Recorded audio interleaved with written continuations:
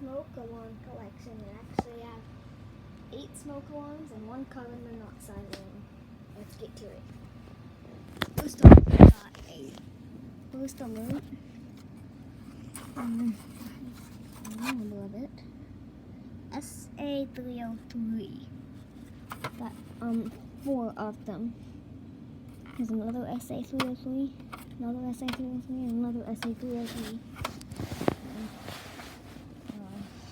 Honeywell. I don't know what the model number of it is. I can't look. I can't get this open.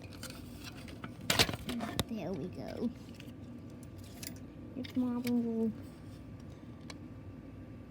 I can't see it. That's okay. I won't do the one with this one. Let's just get to the next one.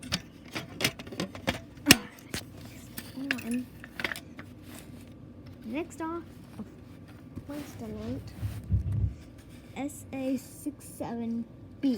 This one's the fancier one of the SA67s. This one's got a silence button here. I'll show you the inside. Here's the inside of it.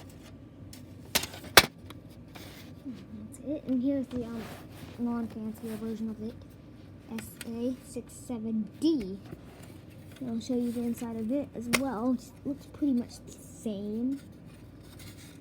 And sorry for that background noise. That's just the fans running.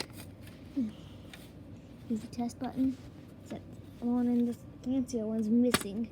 Here's the test button, test button, test button, test button, test button. And there's a Sears smoke detector test button right here. And it's model 462573581. And it was made in January 30th, 1986. And here is, this is the last one, a Nighthawk carbon monoxide alarm. It kind of reminds me of a Kitty carbon monoxide alarm because Nighthawk made Kitty. And it's got a removable plug. And it also can use, I can get this open. It can also use a 9-volt battery.